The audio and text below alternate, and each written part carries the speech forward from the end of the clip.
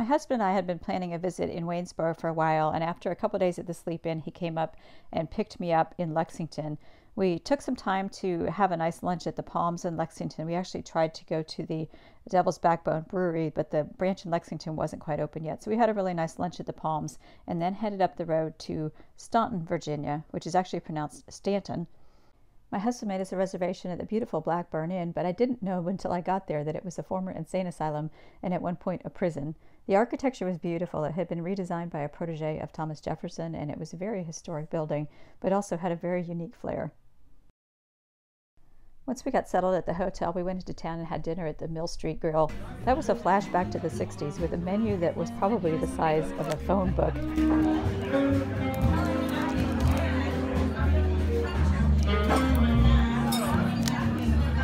Can't even.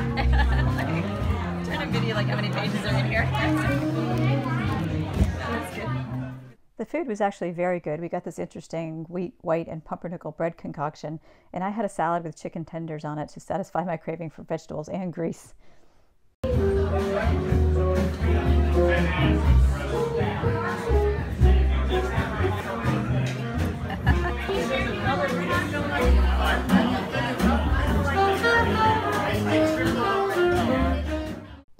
The next day we toured the manse, which was Woodrow Wilson's birthplace. His father was a Presbyterian minister in Staunton, and that was very interesting, as was the museum, which had a great exhibit on World War I and also had the president's car. After that, we did a little bit more exploring around town, and I thought it was interesting that this bank needed to promote that they had a massive safe deposit vault. We had been seeing signs around town for Jazz in the Park, and our waitress at lunch told us it was a really popular event. So we got some sub sandwiches and went and had a picnic while the band was warming up, and then just enjoyed the music.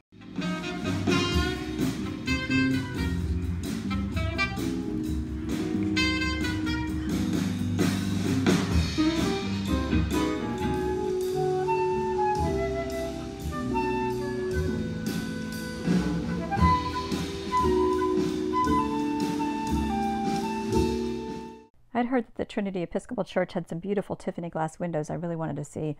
Unfortunately, we got there on a Friday, and that's the one day that they were closed to tours. So we walked around the churchyard and enjoyed taking a look at some of the historic gravestones instead.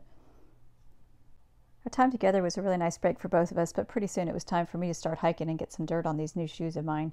We drove over to Waynesboro and Rockfish Gap, where Jim said goodbye and went on his way. It is Saturday morning, July 14th, and my husband just dropped me off at Rockfish Gap. We stopped and went to the visitor center, and I met a thru-hiker named Grateful there.